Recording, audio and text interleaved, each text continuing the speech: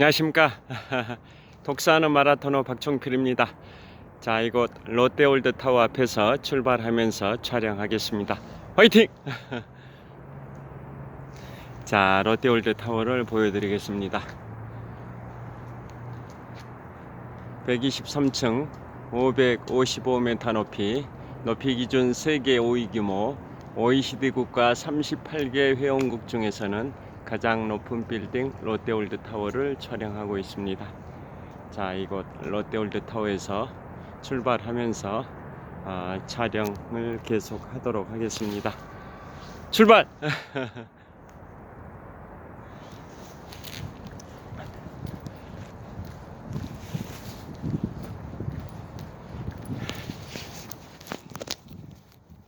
자, 오늘은 지금부터 82년 전 일본의 미국 진주만 기습 폭격 등에 관하여 말씀드리도록 하겠습니다.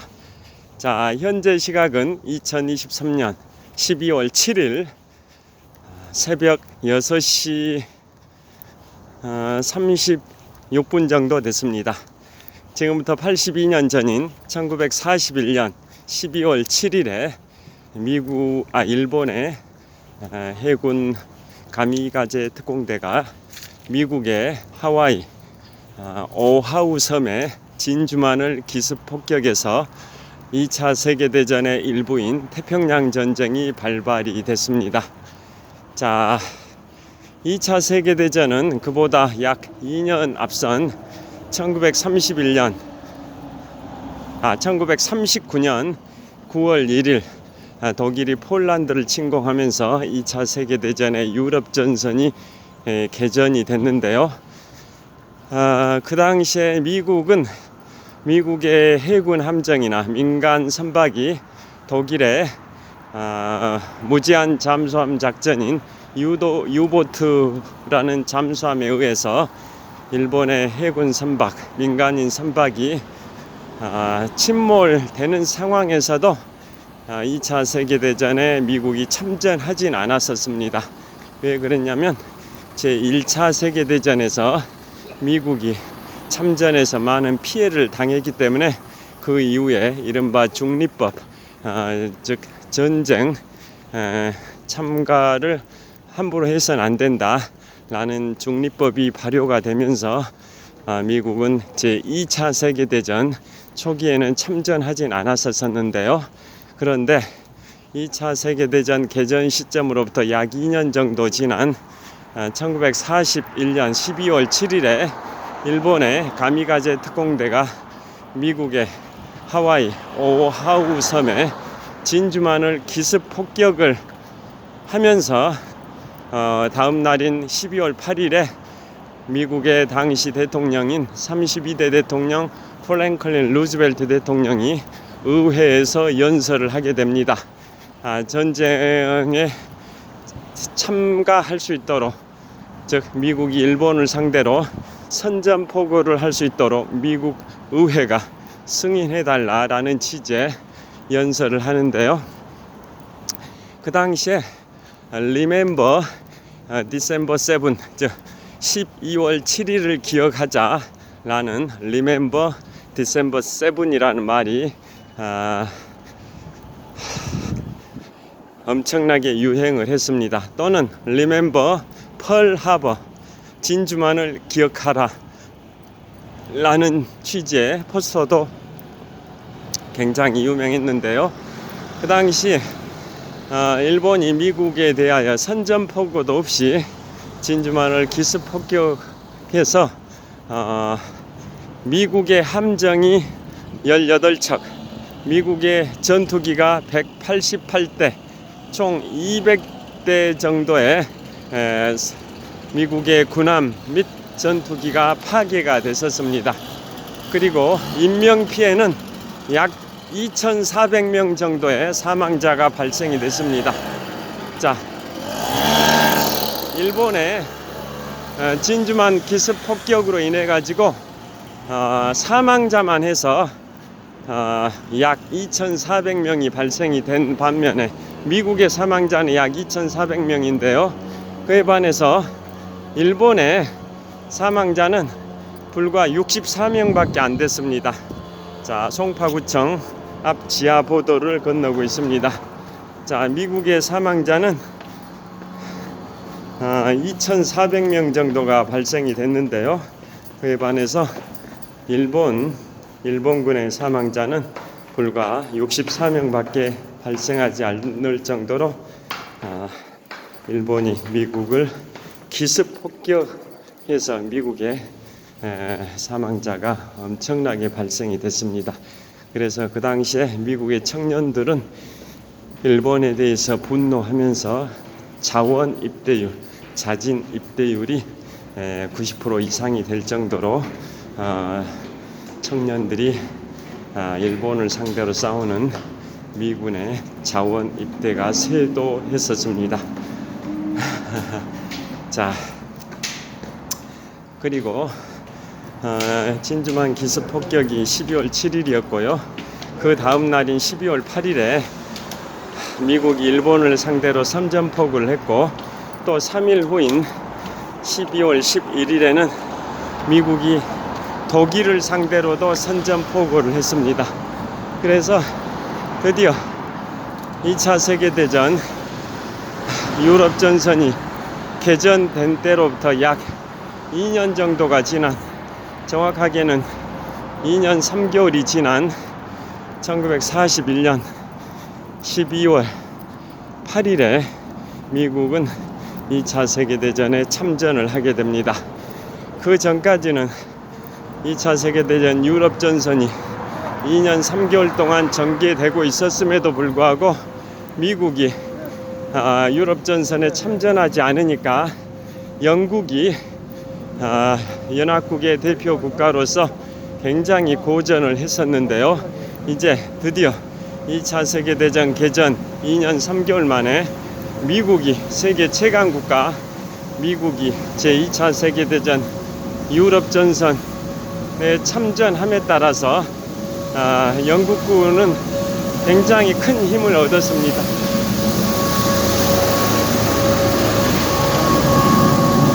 자, 지금 지나가는 저 소음이 심한 차는 서울의 25개 자치구 중에 인구가 가장 많은 66만의 인구를 보유하고 있는 송파구의 캐치프레이즈가 먼지 없는 송파를 지향한다 인데요. 그래서 도로 갓길에 쌓여있는 먼지를 흡입하는 흡입 차량의 소음 소리입니다.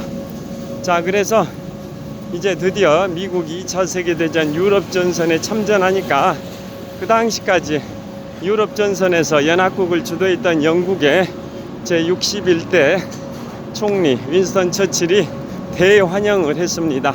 이제 천군만마를 얻은 기분이다 라고 미국의 참전에 대해서 영국의 61대 총리 윈스턴 처칠이 대환영을 했고요.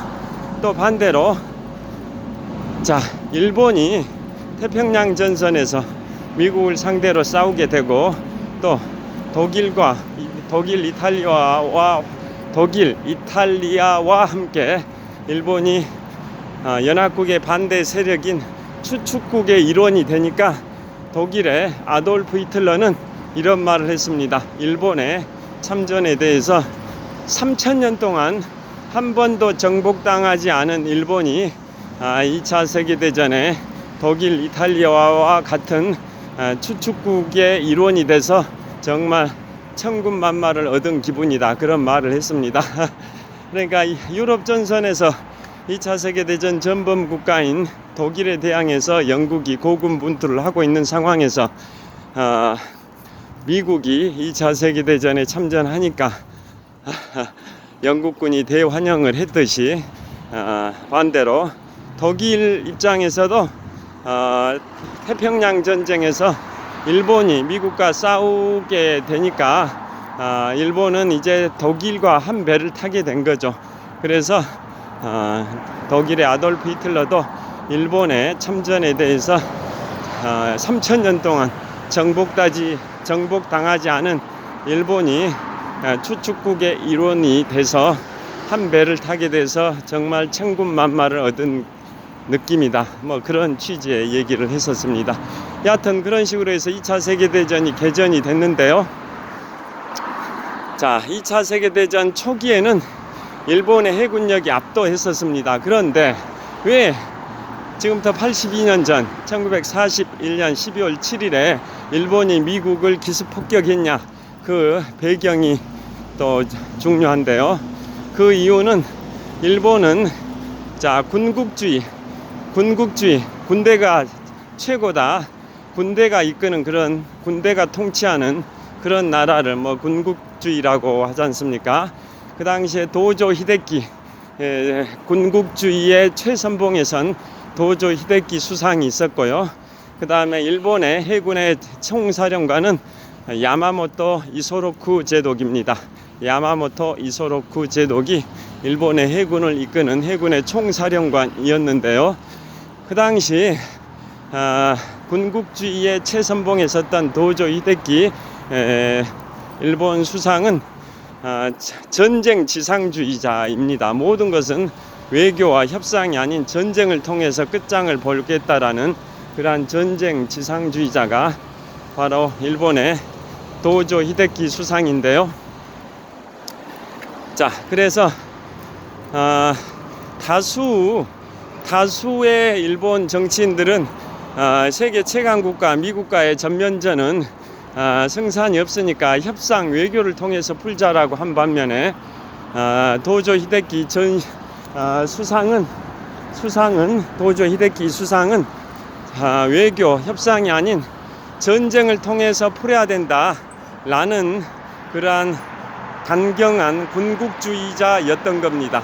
그래서 결국은 군국주의자 강경론자는 소수에 불과했지만은 결국은 다수의 그러한 온건주의자들을 누르고 소수의 강경주의자 전쟁론자들이 득세해가지고 결국은 일본이 미국을 선제 공격, 기습 공격을 하게 된 건데요. 그리고 그 배경에는 일본이 대동아 공영권이라는 망상을 갖고 아시아 태평양 지역을 하나의 제국으로 건설하겠다. 제국이라는 게 황제 제자, 나라 국자, 황제가 전 지역을 통치하는 그러한 제국주의라는 거지 않습니까? 그래서 아시아 태평양 지역을 다 일본이 하나의 일본 제국의 영토로 만들겠다라는 망상을 갖고 이른바 대동아 공영권을 주창하면서 아시아 태평양 지역을 하나하나 점령해 나가는 과정인데요. 그게 1941년 초에 프랑스 유럽 전선은 이미 개전이 되어 있었죠.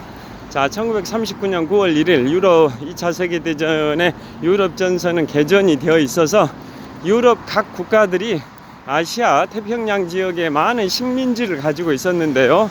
그 식민지 지배국가였던 유럽의 나라들이 자, 2차 세계대전 독일의 침공에 의해서 정신이 없는 상황에서 결국은 아시아 태평양 지역에 있는 자기들의 식민지를 제대로 관리할 수 없는 그런 상황이었던 거죠. 그래서 일본은 프랑스 식민지였던 베트남을 점령하고 드디어 네덜란드 식민지였던 인도네시아까지 이제 점령을 하려고 합니다.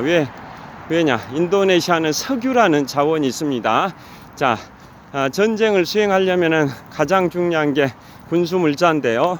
군인들이 먹는 식량도 중요하지만 전쟁 수행 무기가 필요한데요. 자, 실탄, 탄약, 대포, 포탄 뭐 이런 것뿐만 아니라 가장 중요한 게 전차, 장갑차, 군함, 전투기가 움직이려면 연료가 필요합니다. 연료, 즉 석유 자원이 확보되어야 하는데요. 일본은 석유가 생산되지 않은 국가다 보니까 그 당시에 미국으로부터 석유를 수입하는 수입 의존도가 대미 수입 의존도가 약 80-90% 정도가 됐었습니다. 그래서 전쟁을 수행하려면 석유를 확보하기 위해서 인도네시아 석유가 생산되는 중동에 비하면 미미하지만은 그래도 석유가 생산이 되는 인도네시아 즉 네덜란드가 식민지로 거느리고 있었던 인도네시아를 점령하려고 하니까 미국이 그거에 대해서 강경 대응책을 발표합니다. 즉 1941년 7월 25일에는 미국 내에 있는 일본의 모든 자산을 동결시켜버리고, 그 다음에 8월 2일에는 드디어 미국이 그동안 일본에 대해서 수출을 해오던 석유까지 수출 금지를 시켜버립니다. 자, 그러니까 일본은 완전 이제는 미국에 의존하고 있던 전쟁 물자의 원료인 철광석 수입도 중단이 되고, 가장 중요한 미국으로부터의 석유 수입도 안 돼 버리니까 전쟁 수행이 어렵게 되는 겁니다. 그래서 결국은 일본이 미국을 분쇄하지 않고는 이 전쟁 수행을 할 수 없겠다라고, 대동아 공영권을 실현할 수 없겠다라고 판단하고, 드디어 1941년 12월 7일, 지금부터 정확하게 82년 전입니다. 지금부터 정확하게 82년 전인 1941년 12월 7일에 일본이 미국의 하와이 오하우 섬에 진주만을 기습 폭격해서 선박 군함이 11척 파괴, 또 항공기 188척 파괴, 군함은 12척입니다. 군함 12척, 항공기 188대, 그래서 총 군함하고 항공기 합하면 200대가 파괴가 됐고요. 군인, 민간인은 소수고, 소수의 민간인 포함해서 약 2,401명입니다. 2,401명. 2,401명의 미국인이 사망을 해버렸습니다. 부상자 포함이 아니라 사망자만 2,401명인 반면에 일본군은 64명만 사망했을 뿐입니다. 그런 식으로 하와이 진주만에 대한 일본의 기습폭격으로 2차 세계대전 태평양 전선이 개전이 됐고요. 그로부터 초기에는 일본이 압도적인 우세를 보였지만, 이듬해인 1942년 6월 초에 있었던 그 유명한 태평양 전쟁의 반전이 시작이 되는 미드웨이 해전에서 미국의 폭격기들, 참고로 진주만 기습 때 미국의 군함 12척, 항공기 188대가 파괴됐다고 말씀드렸는데요. 그 당시에 미국의 항공모함은 그곳에 있지 않았습니다. 항공모함은 뭐 다른 지역에 수리를 하기 위해서 다른 지역에 가 있거나, 아니면 대서양 쪽에 가 있거나, 또 태평양 어디에서 귀환하고 있었는데 열대 폭풍이 들이닥쳐 가지고 하루 늦게 입항을 하거나, 이런 식으로 미국의 항공모함들은 하와이 진주만에 있지 않았기 때문에 폭격을 당하지 않았었습니다. 그래서 그 진주만 기습 폭격으로부터 약 6개월 지난 1942년 6월에 그 유명한 미드웨이 해전에서 미군의 급강하 수직 폭격기, 수직으로 급강하하는 그 미국의 폭격기들이죠. 그 폭격기들이 일본의 항공모함을 4척이나 격침시켰는데요. 자, 그 짧은 시간, 가장 하이라이트는 짧은 시간 약 6분 동안 수직으로 급강하하면서 일본의 항공모함을 격침을 시킵니다. 그래서 결과적으로 일본의 항공모함은 4척이 격침이 되고요. 미국의 항공모함은 한 척만 격침이 됐었습니다. 자, 그런 식으로 미드웨이 해전에서 미국이 승리를 함으로써 2차 세계대전 태평양 전쟁의 전환점이 시작이 됐습니다. 본격적으로 전환점이 된 것은 그로부터 수개월 후인 1942년 말에 남태평양의 솔로몬 군도 지역에서 있었던 바로 과달카날 전역이 있습니다. 과달카날 전역, 남태평양의 솔로몬 제도에서 있었던 그 과달카날 전역에서 미국이 일본을 상대로 승리함으로써 이제 본격적으로 2차 세계대전의 전환점이 됐었습니다. 자, 그 과달카날 전역이 발생됐던 1942년 말부터는 미국의 그 군수물자들이 엄청나게 생산이 됐습니다. 그래서 엄청난 군수물자를 태평양 전쟁에 투하를 하고 또 유럽 전선에도 투하를 함으로써 그 압도적인 그 물량 투하 등으로 인해 가지고 2차 세계대전에 미국이 참전한 게 태평양 전쟁에서 결국은 미국이 승리했을 뿐만 아니라 유럽 전선에서도 연합국이 승리하는 원동력이 됐었습니다. 자, 그런데 독일의 아돌프 히틀러가 기뻐했던 이유는 미국이 태평양 전쟁에서 일본하고 싸우면서 미국이 태평양에 발이 묶이게 되면 미국은 유럽 전선에는 개입하기가 어려울 거다라고 오판을 했는데요. 그러나 미국은 두 개의 전쟁을 수행을 했습니다. 태평양 전쟁뿐만 아니라 유럽 전쟁에도 참전해서 두 개의 전쟁을 통해서 승리를 했고요. 자, 그리고 유럽 전선은 결국은 1944년 6월 6일 인류 역사상 최대 규모의 상륙 작전인 노르망디 상륙 작전을 연합군이 성공시킴으로써 2차 세계대전 유럽 전선의 전환점을 가져왔고, 결국은 1945년 4월 30일에 독일의 아돌프 히틀러가 권총 자살하고 5월 8일에 독일이 미국, 영국, 프랑스를 상대로 항복하고 5월 9일에는 독일이 소련을 상대로도 항복을 함으로써 2차 세계대전의 유럽 전선이 종전이 됐는데요. 그에 반해서 태평양 전선에서는 일본이 여전히 항복하지 않고 결사항전의 각오로 계속 버텼죠. 그래서 1945년 7월 16일에 인류 최초의 원자폭탄 핵실험이 미국의 뉴멕시코주 사막에서 성공을 해서 미국은 맨해튼 프로젝트의 결과물인 원자폭탄을 확보합니다. 그게 1945년 7월 16일이고요. 열흘 후인 7월 26일에 포츠담 선언을 통해서 연합국이 일본에 대해서 최후의 통첩을 합니다. 일본은 항복해라. 즉각적으로 항복하지 않으면 즉각적인 파멸이 있을 뿐이다 라고 포츠담 선언에서 연합국이 일본에 대해서 최후 통첩을 했음에도 불구하고 일본이 결국은 항복을 하지 않고 결사항전의 각오로 계속 버티니까 결국은 미국은 원자폭탄을 사용할 수밖에 없었습니다. 자, 그래서 1945년 8월 6일에 인류 최초의 우라늄 핵폭탄인 리틀보이를 일본의 히로시마에 투하를 했고요.